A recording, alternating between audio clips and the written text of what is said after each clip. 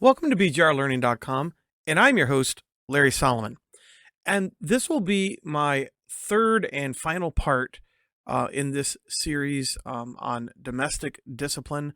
The first one you should go back to is a biblical case for domestic discipline.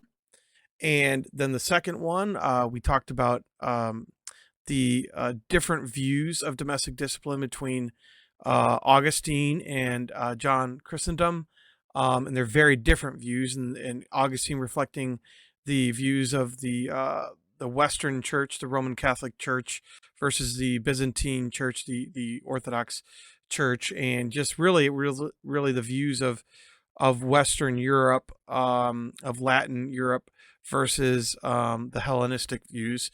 And we did show in that biblically speaking, the Western views of patriarchy and strict discipline in the home and husbands disciplining their wives, even physically, does line up with the scriptural principle that husbands are to, as part of husbands loving their wives, that they are to discipline them. Now, it can be non-physical, but physical is allowed, whereas the Eastern Church thought it was absolutely not allowed and abhorrent for a man to ever physically discipline a woman or to raise his hand to a woman. So with that being said, and the biblical foundation laid in the first podcast, and then the early church fathers view, I'm going to jump forward here in this podcast to the Middle Ages, and I'm going to take you through the Middle Ages all the way through to the mid-20th century, and then basically up to where we are today, our views of this. So we're going to go back to the 13th century, 1220, probably like, somewhere in the late 1200s.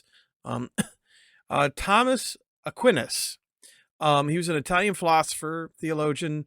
He is known in Catholic circles as the angelic doctor. At one point, he served as a papal advisor. He wrote Summa Theologica, and he answered many questions of the day in that. And the Catholic Church honors him, Aquinas, as a saint, and his works are required reading for those studying for the priesthood or to be deacons in the church. In Summa Theologica, question 62 on how to handle it when a wife commits fornication, he wrote the following: the wife can be corrected for her sin of fornication not only by this punishment, and this punishment he's talking about is by divorce, but also by words and blows, physical, like to be whipped, beaten.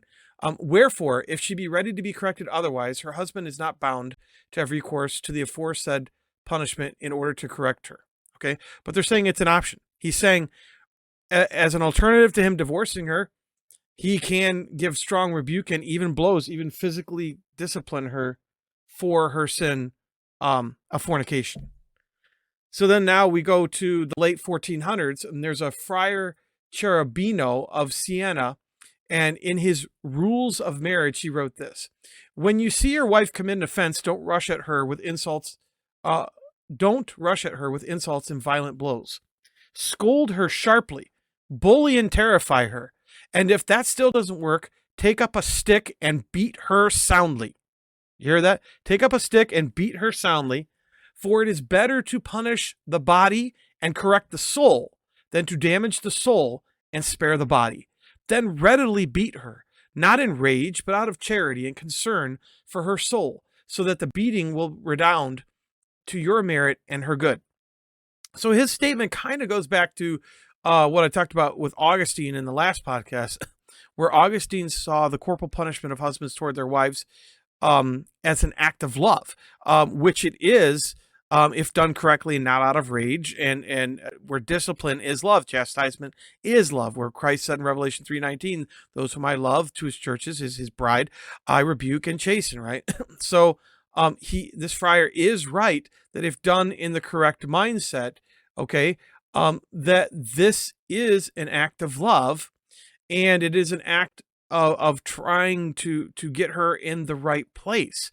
That basically this is damaging to her spiritually if you just allow her to stay in this place that John Chrysostom basically said, "Oh, I'll just be kind," and kind of talk to her and try and, win her back with affection. No, that doesn't always work with women. Okay. Most of the time it doesn't work with them. But this friar literally said, take up the stick and beat her soundly, and readily beat her, but not out of rage. Do it out of love, concern, intent for her and her spiritual well-being, and really for the order of your home as well. So, that's in the 1400s. So we've gone from the 1200s to the 1400s. And now I want to talk about some interesting things I learned from the Londonist.com, which talked about some things that they did in England, and it was probably common also in Europe, from the 13th century all the way to the late 1700s. They had what was called a cucking or ducking stool. I think the most common word for it was cucking stool. And he says this, in place by the 13th century, this is Dr. Michael in the Londonist.com.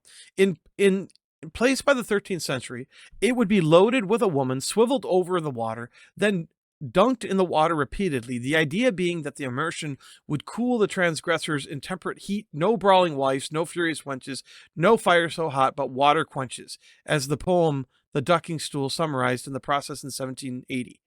The similarities with baptism were poignant too, with the ducking stool offering a form of social rebirth. So what they would do is, and they have pictures of these, and they're actually in museums in England. Big, long, like pole, like think of it like, I don't know, about 20 feet long. On one end of it would be this stool that they would tie the woman to. And on the other end, men would have handles, and they would duck this seesaw, for lack of a better thing, into the water with the woman on the other side, and she would get dunked into the water and brought back up. Sometimes they did it in summer, sometimes they even did it in the winter if the woman needed it.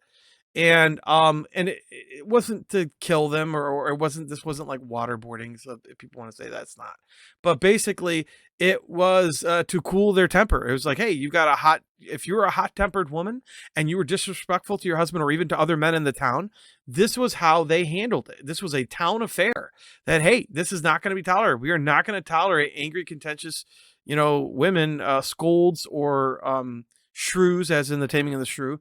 They would be called scolds or shrews. And, they're not going to tolerate the brawling wives and the contentious and the nasty women. Okay. So you learned very quickly in these towns, if you started to speak up as a woman and start telling the men what to do and yelling at them, telling them what you thought of them, you could find yourself brought up by a crowd of men, including your husband, brought to the ducking stool, tied to it, and dunked in a lake several times in front of the whole town to get you to understand that your behavior was socially unacceptable, bad for the family, bad for society. And just pray that you didn't do this during the winter, because you'd really be freezing as a woman. Now, I mean, I've read this to some people and they're like, oh, some relatives, friends, are like, that's so disgusting, that's torture. No, it's not. It's corporal discipline. It's a form of corporal discipline. It's not going to cause any permanent damage. They weren't drowning people or anything like that. Okay. But the fact is that this was to publicly shame these women and to humiliate them and to remind them that they are in a subordinate position to the men of the town, and they needed to honor the ranks of their husbands and other men of the town. And the same Dr. Michael Green also talks about the scold's bridle. Now remember, scold is like synonymous with shrew. The scold or the shrew was, again, this angry, intemperate, argumentative, brawling kind of woman. Okay. So they had the scold's bridle. And he says this about it, Dr. Michael Green. The gruesome contraption was designed. Now, again, I mean, like his article is like, this horrible humane treatment. Okay, let's listen to this. This gruesome contraption was designed to silence and shame scolds. That is, a woman who nagged, grumbled, or dared to rebuke a man, usually her husband. Oh, like they're like, oh, dared, like that's horribly bad. No, that is bad. A nagging, grumbling woman who rebukes her husband is very bad. Biblically speaking, that's very bad. This scold's bridle, it was in vogue in the 17th century London, if not much earlier. Also known as a brank, it consists of an iron cage that fitted over the whole head, muzzling the wearer with a nasty rectangular plate that thrust into her mouth, stilling her tongue. In a particularly grisly touch, the gag was sometimes covered in spikes so as to so it would bleed the tongue if the victim persisted in talking, lacerated. So in other words, you better not try to talk with this thing in your mouth or you're going to end up cutting your tongue. Okay? No wonder it served as much of an instrument of terror as a punitive device hanging outside houses in various London marketplaces as a warning to women to be meek and submissive as the Bible taught. Now, of course, this doctor is mocking the scriptures and mocking biblical views of marriage, but it's true. They believe that women should be meek and submissive, just as the scriptures say. In 1 Peter 3:4, it says, that meek and gentle, meek and quiet spirit is of great price in the sight of God. And it's talking about women right before this. Okay, so a meek and quiet woman, meek and submissive woman, is a good thing. It's not a bad thing. That's a good thing. And again, these devices, again, it was shaming the woman. It was embarrassing to the woman. Was it moderately painful? Yes. If she's trying to move her tongue around, it was to make sure you watch your tongue, watch what you say, watch the way that you talk as a woman. Okay. Then we come to the Shivari, which was also an instrument used throughout the Middle Ages. And it's not really an instrument, it's a practice, okay? So Shivari was a practice that some believed originated, maybe even as early as the 1400s, okay? And this is where a town would parade and publicly shame people for doing things that they felt were immoral. So specifically when it came to shrews or scolds, these intolerant women, they would be paraded on horseback backwards to symbolize that they had reversed or forgotten their gender role in marriage. And sometimes, if a husband was weak and would not stand up to his wife, and people kept seeing him letting his wife, rag all over him and talk down to him and be disrespectful to him, the townspeople would literally take the man and his wife and tie them together backwards on the horse and put them through the town, and people would throw things at them or shame them or yell at them and stuff like that. Basically, that he wasn't doing what he was supposed to be doing, keeping his wife in line, and she wasn't submitting to him the way that she was supposed to. So society did not tolerate women acting disrespectful toward the position of a man. That God, they recognized, according to the Bible, that God had put man in a higher rank than woman, and that position, whether it be her husband or father or just men in general in the town, needed to be respected. Okay, that position needed to be respected. Women going around back talking and sassing men, whether they're husbands or fathers or anybody else in town, was not tolerated. Okay, this was not tolerated in Western Europe. The Western Church, this was not tolerated. Women would face severe penalties, different forms of corporal punishment, like ducking in the water and having to wear a big metal helmet with a bar going into your mouth, those kind of things like that. Then we started removing these things. We started saying, oh, they're inhumane, they're bad, or we had to start getting rid of them. Come to the 1800s. Okay, now now I want to jump to. We were in the 1700s, late 1700s, Middle Ages up to the 1700s. Now I'm going to jump into the 1800s in America. There were many court cases also, in England that I could go to, like in the 1700s, but I'm going to just jump into 1834. So there's a famous case in 1834, Calvin Bradley versus the state of Mississippi. So in this case, the husband was being charged with battery against his wife. And the Supreme Court of Mississippi referenced the ancient law to affirm the right of quote unquote domestic discipline. And to my knowledge, this is one of the earlier references to the term where this started becoming more common, the term domestic discipline. But there may be some earlier ones in the 1700s. Earlier, it was just called the chastisement of wives, I think. But this is where I get domestic discipline from, and most people, when you say domestic discipline today, comes from this court case, but there probably were some others as well. So, but let me read you this this case. So the court said this is the Supreme Court of Mississippi ruling. It is true, according to the old law. They're talking about ancient common laws, okay? the husband might give his wife moderate correction because he is answerable for her misbehavior. Hence, it was thought reasonable to entrust him with a power necessary to restrain the indiscretions of one for whose conduct he was to be made responsible. I believe it was a case before Mr. Justice Raymond when the same doctrine was recognized with proper limitations and restrictions, well suited to the conditions and feelings of those who might think proper to use a whip or a rattan no bigger than my thumb in order to enforce the salutary restraints of domestic discipline. Family broils and dissensions cannot be investigated before the tribunals of the country.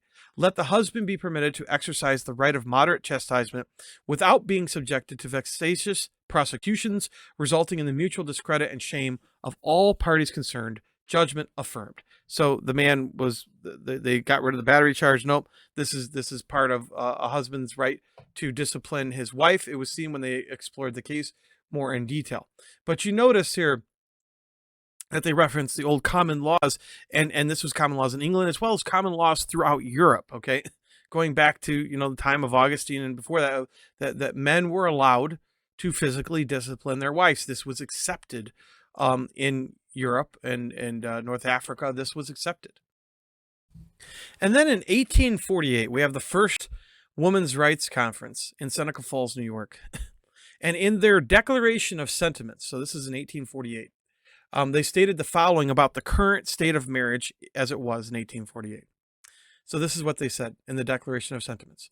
The history of mankind is a history of repeated injuries and usurpations on the part of man toward woman, having in direct object the establishment of an absolute tyranny over her. To prove this, let facts be submitted to a candid world. He has made her morally an irresponsible being, as she can commit many crimes with impunity, provided they be done in the presence of her husband. In the covenant of marriage, she is compelled to promise obedience to her husband, he becoming to all intents and purposes her master, the law giving him the power to deprive her of all liberty and to administer chastisement. Now, I want to remind you of what the scriptures say right after what they just said in that statement.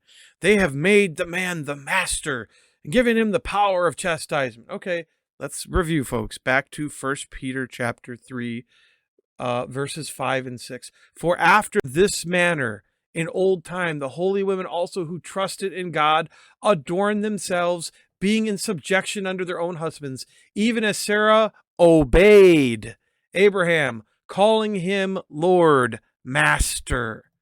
So let's compare their words again with what the Bible says. They say, oh, our society has made him a husband, her master, and giving him the power to deprive her of her freedom and to administer chastisement, and that she has to promise obedience to her husband. It says here she's compelled to promise obedience, and he's been made her master. No, society didn't make her, the husband, the wife's master. Society did not just compel the obedience. This is based upon the word of God. God made the husband the master of the wife. God compels the obedience of the wife to the husband. That's the Bible. These women, and men along with them some, were fighting to overturn biblical order. That even though many things, in many ways, society had gotten away from God over this millennia, this is one thing where society had remained closer to the scriptures. Now, yes, there was abuse and things that went on, and I'm not saying all forms of chastisement were right. And I mean, I would even go back to, where Augustine talked about his mom seeing women with disfigured faces. I don't think that's right, because that means the husbands were using, their wives' heads as punching bags, basically, and I don't think that's right. I think Exodus 21 shows that that you shouldn't really be using a person's head as a disciplinary tool. Now, again, an open-handed slap when a woman gets right in her husband's face and is mouthing off to him, if he's controlled about that, but punching in the face, that can easily cause serious damage. So no, I don't think that. I think that God meant for the backside for discipline. So now we jump from 1848 for the first women's rights conference. So they were acknowledging at their time, that was my point in this, is that the law um, gives the husbands, the common law and the regular law of the land, gave husbands the right to administer chastisement to their wives and made the husband the master of the wife, which was biblical. Okay. Now we jump into 1864 in a case called the State of North Carolina versus Jesse Black.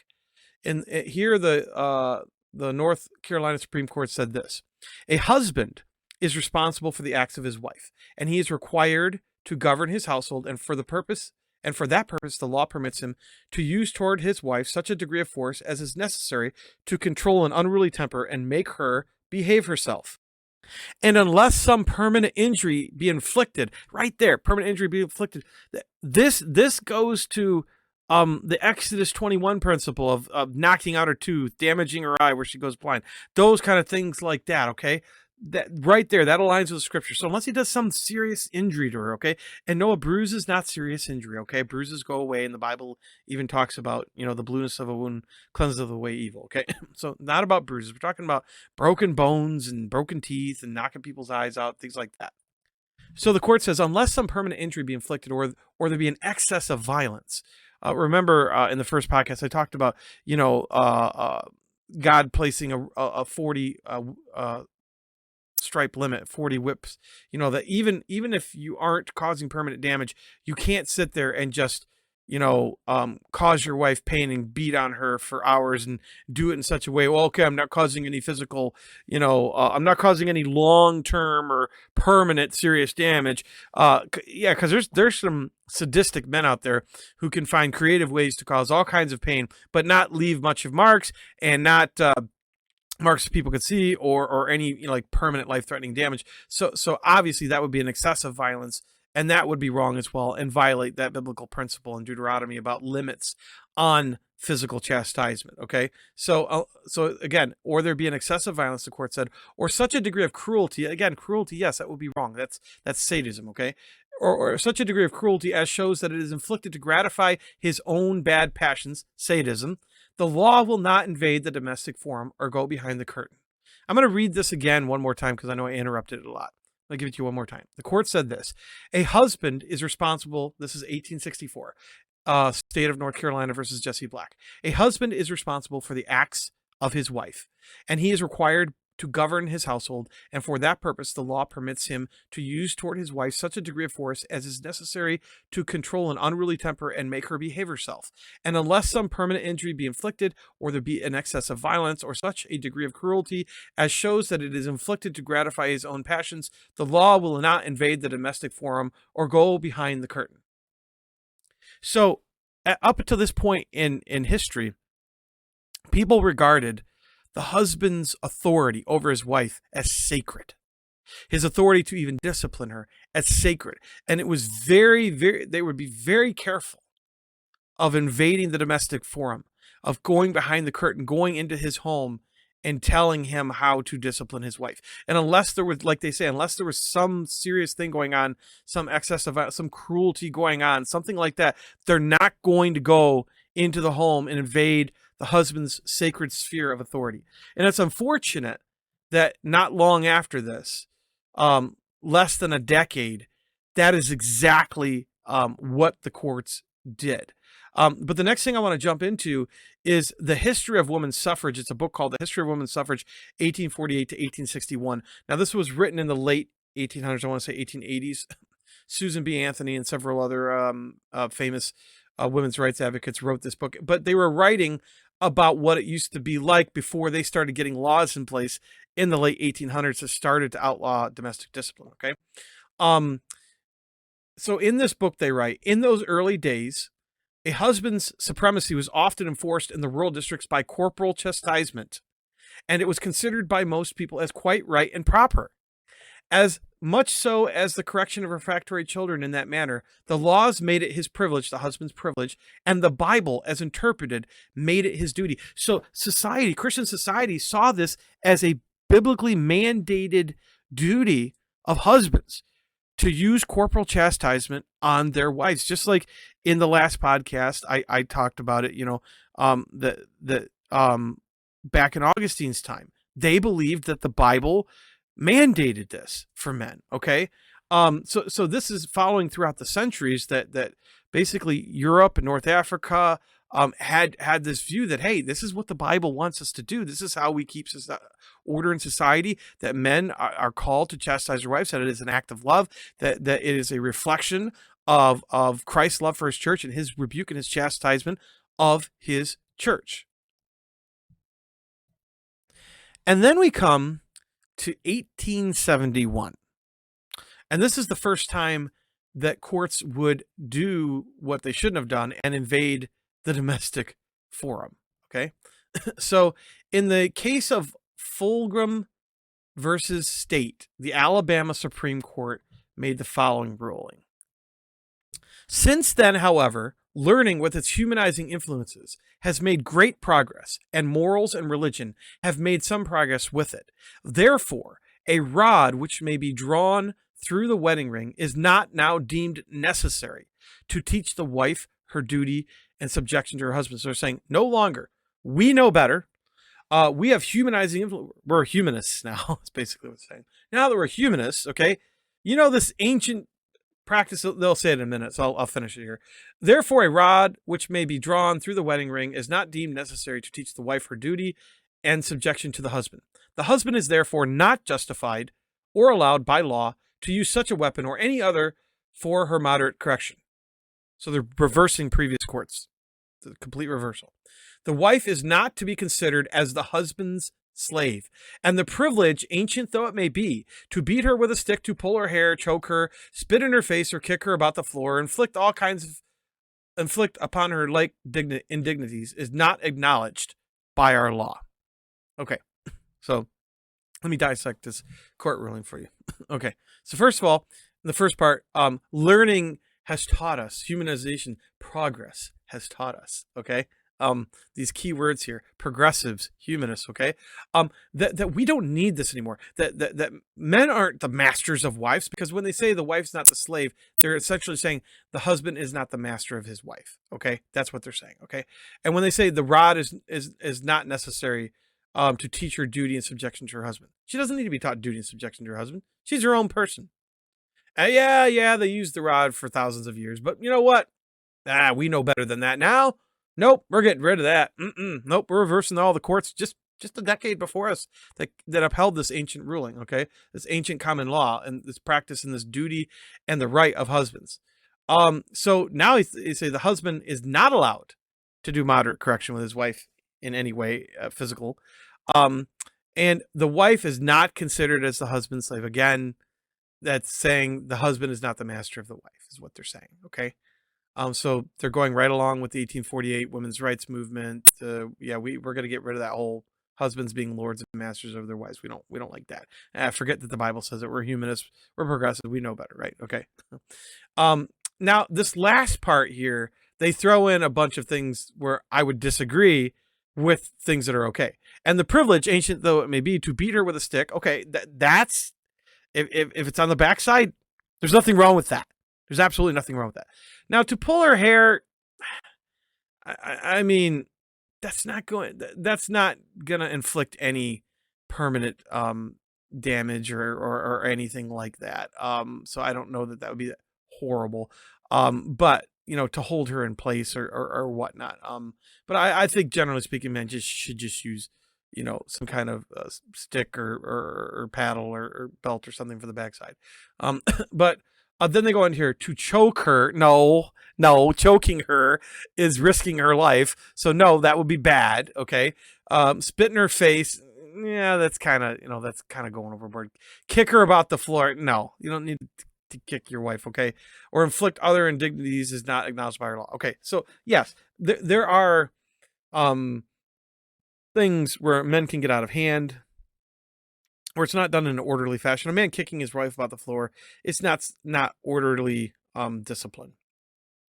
That's just him acting in rage, or choking her, or spitting on her. That's him acting in rage. Okay, beating her with a stick on the backside, that is perfectly allowable.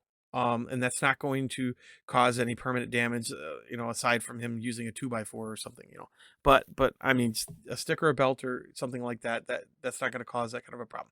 But the big point here is that in 1871, this is where they reversed previous court rulings in America, as well as those in Britain, saying that, hey, nope, we're throwing out common law, we're throwing out ancient tradition, practice, we're throwing it all out the window. We're now humanists, we're progressives, we know better. Rah rah, women's rights, women are going to be equal now. We're going to, and they started dismantling. This was the first step, really, or one of the first steps, because there were some laws about divorce, giving women more power and property divorce, things like that before this. But then after this ruling, a plethora of state laws started coming in the late 1800s, early 1900s, that outlawed men performing domestic discipline. Now, it wasn't enforced in many places because the cops were like, "We're just not going to do this. We're not going into the family house. We're not going to mess with guys with this." Okay, so the laws were there. It started to make some influence, but it wasn't really enforced. Okay, so really, it wasn't. So when did domestic discipline really get taken down a notch? That would have been in the 1970s. In the 1970s, they started passing domestic violence laws. So basically, it was an ingenious thing. So they knew that it was called domestic discipline, right? Back in the 1800s. So we're going to call this domestic violence law. So we're going to transform domestic discipline into domestic violence, and we're going to make laws against it. We're going to call what used to be called domestic discipline and was held up legally by American courts in the 1800s. We're going to call it now domestic violence. Okay. And basically, if a man so much as raises his hand to a woman in any way, shape, or form, he could go to jail. And we're going to make sure we put things into the law to make police enforce this, that they will be fearful of not enforcing it, for losing their jobs, losing their positions, all those kind of things. So it actually started to be enforced in the 70s and 80s is when domestic violence laws began to be enforced. But really, up until even the 1960s, like early 1940s, 50s, 30s, you would see films or TV shows that featured men spanking women. It was common in comic books, like I say, movies, TV shows, to see men spanking women. Like you could see little clips of Ricky Ricardo spanking Lucy, his wife Lucy, on I Love Lucy. And John Wayne, there's several movies where John Wayne spanks women. But it was still common. There was all kinds of ads with men spanking women, and it was thought of as funny and humorous, and nobody thought anything seriously wrong with it. It was not nobody. There was a subsection of society, and that's the ones that got. The majority didn't, but that's the ones who with second wave feminism in the 70s, 60s, and 70s pushed for domestic violence laws to basically like, hey, those laws that we passed in the late 1800s about domestic discipline, that's not working. We need laws with more teeth in them to stop this, to finally put a stop to domestic discipline, aka we're calling it domestic violence, not domestic discipline. It's domestic violence. Okay. So they just said it was wicked bad. Forget what people have been doing for thousands of years, and forget the Bible, forget the husband being the master of the wife, the whole 9 yards. Okay. So, what we have to realize though, is that this societal change in robbing men of being the masters of their wives and being the disciplinarians of their wives, okay, this helped to bring us to feminism, okay? All of these changes progressively, getting rid of the cucking stool, the scold's bridle, all these things that instilled fear in women to not be argumentative and nagging and disrespectful toward men, okay, whether they're husbands, fathers, or men in general. All of these things that were put in society for centuries to instill fear in women, to say, hey, you need to remember your place. You need to remember your subordinate rank position in God's created order, okay? They slowly started to get rid of them over the centuries, okay? And then you get into the 1900s, or the 1800s, and then they just really started to dismantle it into the late 1800s. Now, again, it was upheld up through like 1860s, and then all of a sudden, the 1870s, boom, started to dismantle it, and it was progressively more and more and more dismantled into the 20th century up until the 1970s. Now, yes, did domestic discipline continue in small areas and, back churches and things like that? And does it still even exist today? I think it's making more of a comeback. I see people more interested in it. Because people want to use what works in their marriage. And I've even had, women write, and they're like, hey, at first I was scared to death of it, of the premise of it. I thought it was like shameful, everything. But then, once my husband incorporated it and I understood why he was doing it, it was controlled. It's done in love. It's done, for the good of our marriage. And these women will have written me afterwards, that, hey, this worked wonders for our marriage. I need discipline. I need my husband to snap me out of it sometimes when I'm just in a bad place and being disrespectful and ornery and nasty, and and I need that. And there are a few women that will recognize that. Again, I hope that this series, I've laid the biblical foundation for it. I've given you the historical precedents for it. Again, this is all in order here. First, you have the biblical position that God allows and even prescribes physical discipline. God not just prescribes physical discipline for children, but also for adults. That's what we showed in the first podcast. God also says that husbands are to love their wives as Christ loves the church. And in Revelation 3:19, Christ said to his churches, those whom I love, I rebuke and discipline. And while the Eastern church, with its Hellenistic cultural background, rejected the discipline of wives because the Greeks rejected the discipline of women, physical discipline of women, the Western church, with its Latin traditions and its beliefs in patriarchy in the home, they very much taught the continued physical discipline of women. Okay, so this is all very important when we look at through history the biblical basis of it, and then the history of it, and we see it following all the way up through the centuries here. That this is not something.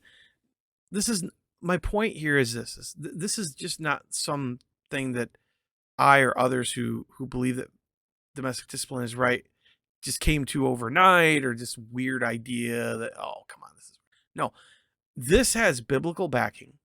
Christians believed it was biblically based to do this for thousands of years, okay, for almost 2,000 years, and it worked.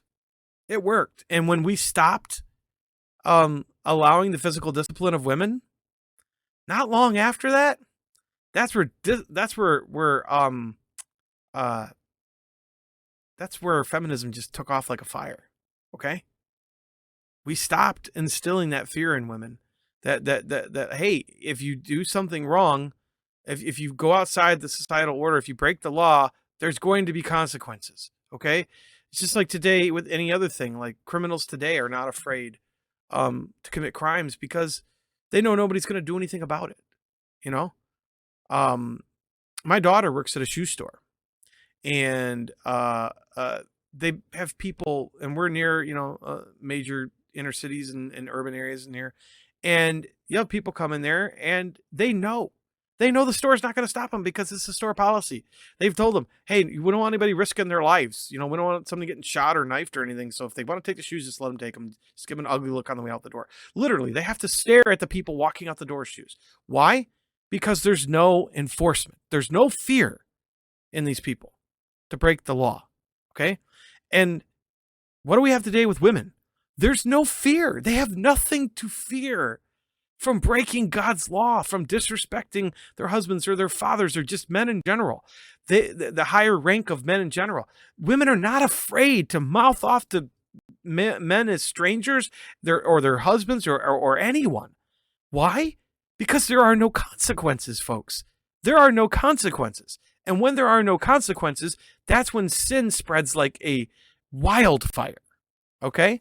So we need to understand that while all of this these things I've talked about, scold's helmet and the cucking stool and wives being beat what with sticks and whatnot, or flogged. While that may sound cruel to modern ears, that kept societal order.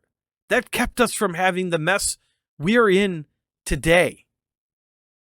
Now, I do actually want to go back really quick here because I forgot to include something here in my notes, but I have it in a separate set of notes on the Jewish position on corporal discipline of women.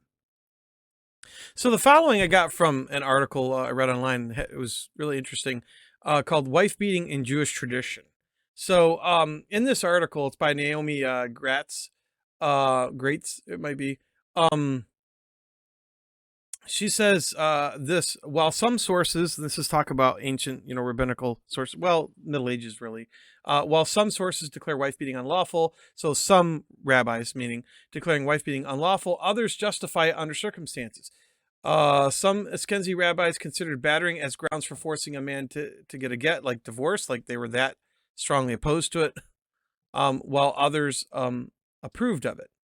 So, but yeah, I'm looking here for, yes, there are some that opposed it, but I'm looking for some that actually approved of it. So they write here, in Babylon during the post-Talmudic Genoic period, Zema ben Peldati calls a man to flog his wife if she's guilty of assault. Another rabbi, Rabbi Yehudi Naaman, writes that when her husband enters, quote unquote, when her husband enters the house, she must rise and cannot sit until he sits, and she should never raise her voice against her husband. Even if he hits her, she has to remain silent, because this is how chaste women behave. And another rabbi, R. Jonan ben Abraham Jernadi, he writes, a man must not beat his neighbor. The man who beats his neighbor transgresses two negative precepts, and it is so with the man who beats his wife. He transgresses two negative precepts if, this is the big if he did not hit her in order to reprove her for some transgression. So in other words, if he hit her for a transgression, that was not considered wrong. And in their society, according to our Judah, son of Asher, Asher, the husband is the lord and master of the wife, and the wife fears her husband, and the husband rules in his home, and the wife does not contradict him. So my point is that whether it's in Jewish society or European society, or over in the Greek Hellenistic area, that wife beating did happen throughout Europe, North Africa, whatnot. Now again, Hellenistic area was an exception to it, that they opposed it. I mean, their culture, it was, an unacceptable thing for a man to raise his hand to a woman at all. But if you look at through Europe and through Africa and other areas in parts of the Middle East, it was considered not only acceptable, but the duty of a husband to keep his wife in line. And one of the tools for him to do that, besides, restricting her to the home, sending her to a room without dinner, was to physically discipline her. So if we look at that, that's the historical precedent for it, but the most important thing is the biblical basis for it.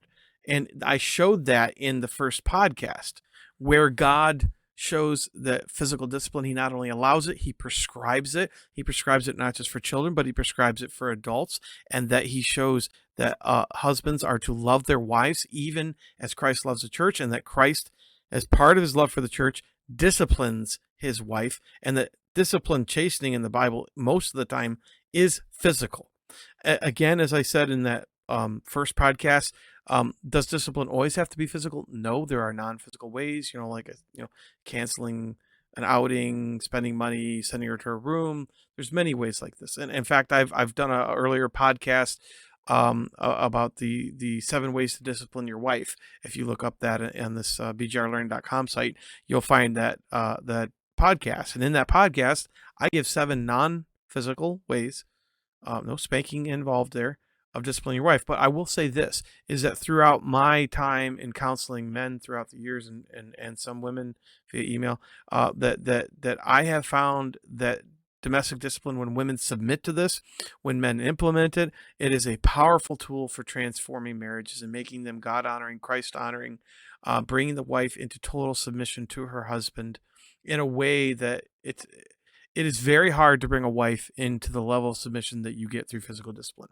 But again, with physical discipline, the woman has to be a good candidate for it. And I answer all these questions about how to implement physical discipline for husbands, how a husband can do this, can lead in this and implement it in another podcast called A Husband's Guide to Implementing Christian Discipline. There's a follow-up podcast to that, listener questions answered about Christian domestic discipline for husbands. Where they just asked about, various issues and should I do this? Should I do that? Things about if a wife is a good candidate, more questions about that. So those two podcasts will really help husbands. I also did a podcast for wives, how to receive domestic discipline and rough sex, because I did talk about that as well. So if you look at any of that, those are all good things for you to listen to as husbands, and then as the wives listen to this, to go find that podcast about receiving domestic discipline from your husband. So I hope that this has been a blessing to you all, and that you will go back and listen to the first podcast as well as the second two with the history of it. Obviously, we have to lay the biblical foundation first. So listen to that first one first. If you haven't listened to it, or you didn't quite understand it, it didn't quite sink in, go back and listen to that, the biblical case for domestic discipline, and then listen to the historical precedents for it. That helps to cement it in, I've found, for many people. Listen to those, and then if you as the husband want to do this, I've had wives write me as well as like, should I really want my husband to implement domestic discipline, but he's not sure about it. Well, the husband has to be sure. As the spiritual head of the home, you can't make your husband engage in domestic discipline, women. So he has to be convinced of that. Now, is it wrong for you to, drop a link to my site to say, hey, babe, you want to check this out? There's nothing wrong with that. This is really curious, babe. I wanted to let me know what you think of this. Okay, there's nothing wrong with laying nice little hints for him to look into it. But your husband might listen to it and go, hey, nope, sorry, he didn't convince me, babe. Sorry, I feel like it's not right for a man to ever raise his hand to a woman. I'm there with John Chrysostom, and I'm sorry, but maybe I'll engage in the non-physical discipline. Okay, and that might be the case. Again, I don't think it's as powerful a tool as the physical side can be based on my counseling.